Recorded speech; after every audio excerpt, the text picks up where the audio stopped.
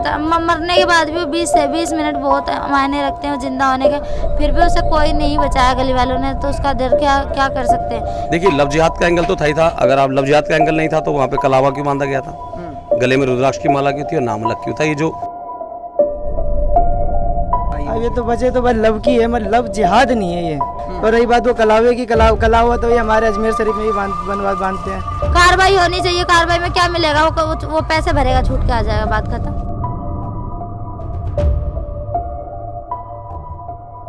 मैं उसी बात को लड़की को आप गलत बता रहे हैं। नहीं, वो तो अपनी तरफ बहुत थी, बहुत बड़े सवाल। हाँ, ये तो है। मतलब आपका ये कहना है कि जो साक्षी थी वो ऐसे करती थी, हाँ, आज इसके साथ कल उसके साथ। बताओ। ये गलत है, ऐसा चक्कर वक्कर ऐसा कुछ नहीं है, गलत इस पे सवाल उठाए जा रहे हैं। अगर हमारे समाज की बहन बेटियां सेफ नहीं रहेंगी तो कौन सेफ रहेगा? किस लिए संपत्ति जोड़ रहे हैं, किस लिए समाज के कर रहे हैं? नमस्कार, मैं हूं हिमांशु और इस वक्त आप देख रहे हैं झलको दिल्ली। इस वक्त हम उसी गली में मौजूद हैं जिस गली में 28 मई को एक ऐसी घटना हुई जिस घटना के बारे में आपको अगर बताएं तो आपका दिल दहल जाएगा। शाहबाद डेरी की ये वही गली है।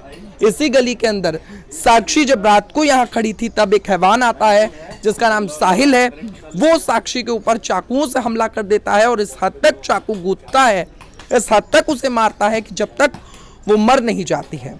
चाकू इस तरीके से मारा गया कि वो चाकू भी टेढ़ा हो गया था। छाती, पेट, कमर, सर, हर जगह उसको चाकू मारा गया। इतनी बार चाकू घोंपा गया कि दर्द की दास्तां को ये तस्वीरें अपने आप में बयां कर देती हैं। ये देखिए, यहीं पर जो काम चल रहा है, लगातार यहाँ पर ईंटों का काम चल रहा है।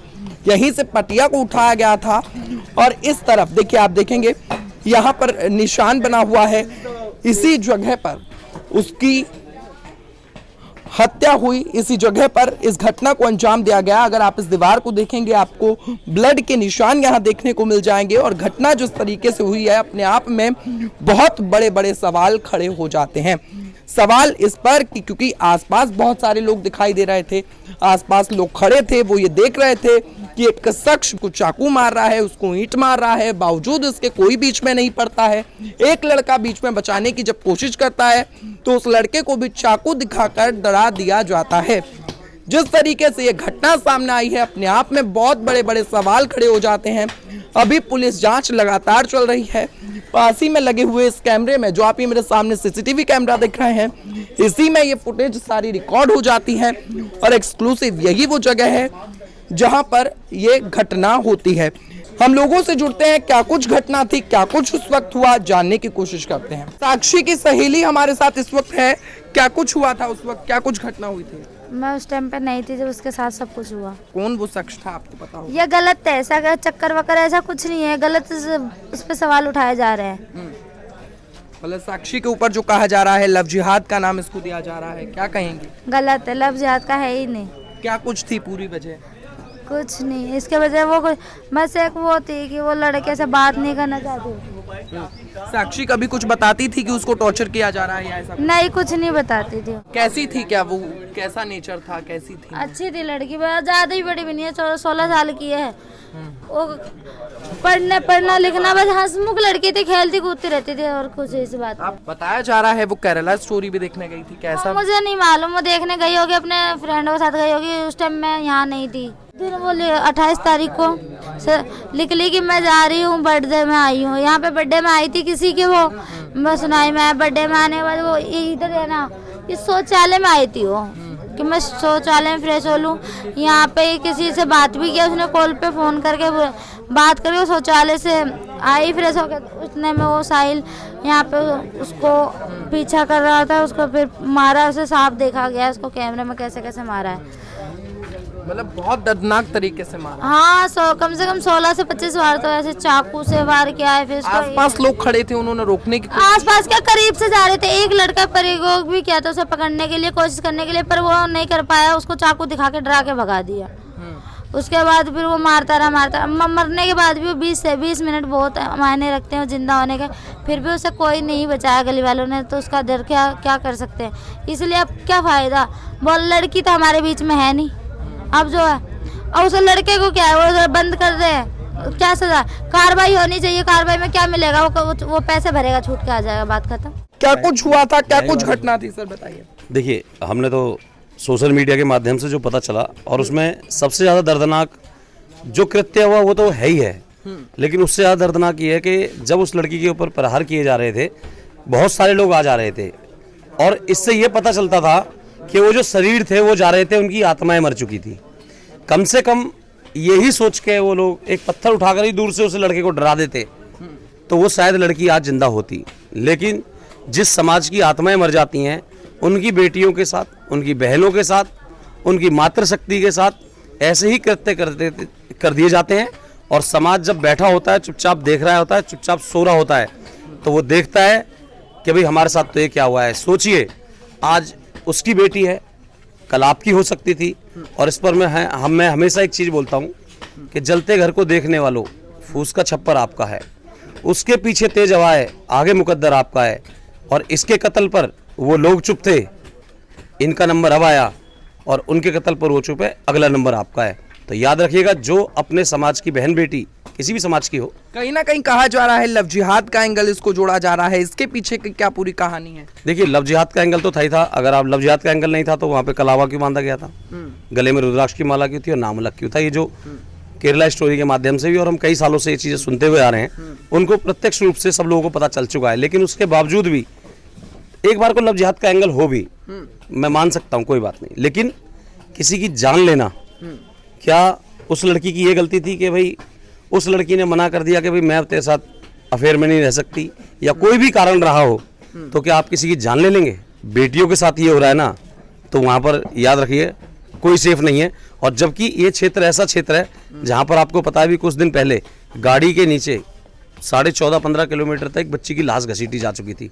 यहीं पर अभी एक थाने का केस अभी आया है, जिसने एक लड़की बच्ची को बेचने का प्रयास किया, वो यहाँ पर घूम रहे हैं, और पुलिस रिपोर्ट लगा रही है स्टेटस रिपोर्ट में अपनी में कि वो यहाँ पे है ही नहीं है, और वो 2.5 महीने से यहीं पर है। अभी इसीलिए हम थाने गए थे और बोल के आए कि उसको भी अरेस्ट करो। तो भैया ये चल क्या रहा है?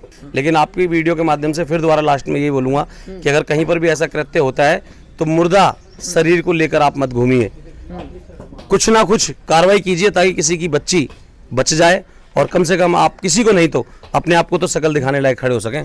लव जिहाद तो मुझे नहीं लगता ये। क्या वजह है आपको नहीं लगता है? ये लव जिहाद नहीं है, बट ये सिंपल सा एक लव था।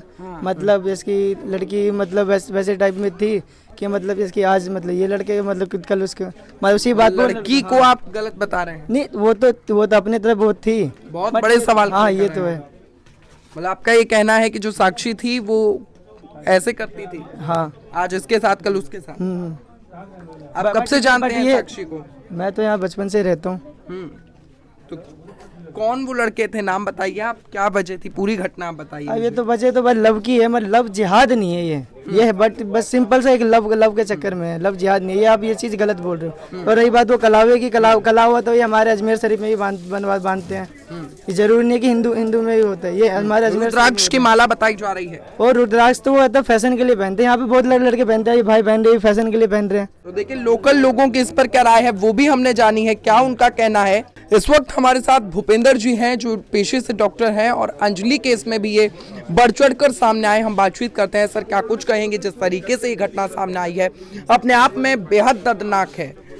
मैं सिर्फ एक ही चीज़ कहूँगा कि दिल्ली की बेटी दिल्ली में सुरक्षित रहे, ये सारी सरकारों का जो है सबका कहना है। बट हमारी दिल्ली की बेटी ना 2012 में सुरक्षित थी जब निर्भया कांड हुआ, 2023 में जब अंजलि का कंजावला हुआ, और ना जब ये साक्षी का हुआ। मुझे ऐसा लगता है कि दिल्ली पुलिस की तो नाकामी बहुत बड़ी है ही है, इसमें लॉ एंड ऑर्डर का फेलुअर है।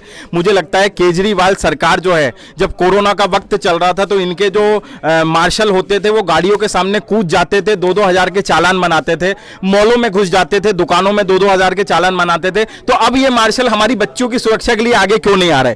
केजरीवाल जब ऐसी कोई भी घटना दिल्ली में होते हैं तो सीधे कह देते मेरे हाथ में कुछ नहीं है, ये एलजी साहब का मामला है। मैं कहता हूं दिल्ली पुलिस का लॉ एंड ऑर्डर पूरी तरीके से शाहबाद डेयरी एरिया में फेल है। यहां लोगों ने बताया घरों में ड्रग्स लिए जा रहे हैं, सुइयां लगाई जा रही हैं, लोग जो है बहुत जहरीली शराब का यहाँ पर व्यापार हो रहा है। इनका यह भी कहना है कि पुलिस को पूरा पैसा जाता है।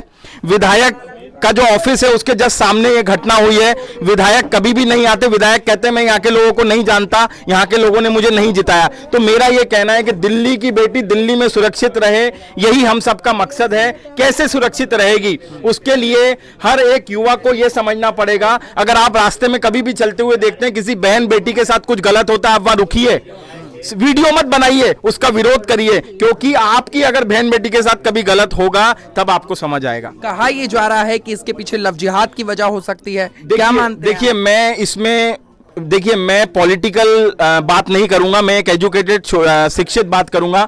मेरा ये कहना है चाहे वो हिंदू हो चाहे वो मुस्लिम हो, जो हुआ वो घनन्य अपराध था।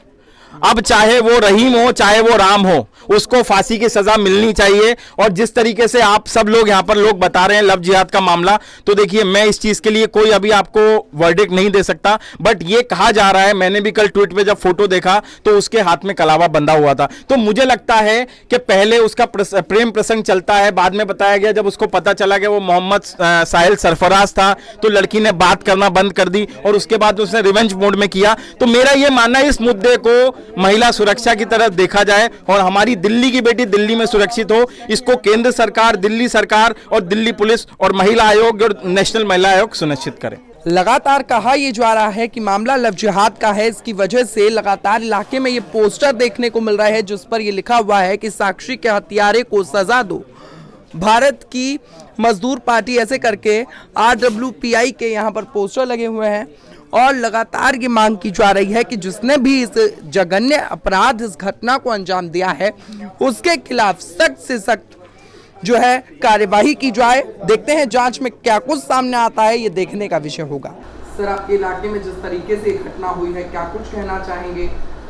देखिए, जैसे कल जो घटना घटी है, ऐसी घटना की दिल्ली के अंदर बार बार पुनरावृत्तियाँ हो रही हैं और ऐसा नहीं होना चाहिए, क्योंकि बेटियों के साथ लगातार ऐसे घिनौने अपराध हो रहे हैं। तो यहाँ शाहबा डेयरी के अंदर, क्योंकि हमारे शाहबा डेयरी की बेटी थी जिसके साथ में ये हत्याकांड हुआ है, तो कल सब लोग बहुत ही अपने आप को ऐसा महसूस कर रहे थे। और आस पड़ोस के जो लोग जहाँ पर बेटी की हत्या हुई है, वो तो रात भर सो भी नहीं पाए, इतनी दहशत में थे लोग कि खुलेआम लोगों के बीच में और हत्यारे द्वारा वहाँ पर हत्या की गई है। क्या लगता है दिल्ली पुलिस में इतनी लोगों में डर नहीं है? दिल्ली पुलिस का क्या ये वजह है इसके पीछे? देखिए, दिल्ली पुलिस को अपना जो कार्य है वो सही तरीके से करना चाहिए, क्योंकि दिल्ली पुलिस की खामियों की वजह से ही जो अपराध है वो लगातार बढ़ते जा रहे हैं। जी, घटना घट चुकी है, वो तो अब नहीं पुनरावृत्ति हो सकती, लेकिन परिवार की आप कोई आर्थिक मदद या किस ढंग से मदद? देखिए, परिवार की जो आर्थिक मदद है, सरकार की तरफ से जो भी आर्थिक मदद होगी हम उन्हें दिलवाएंगे।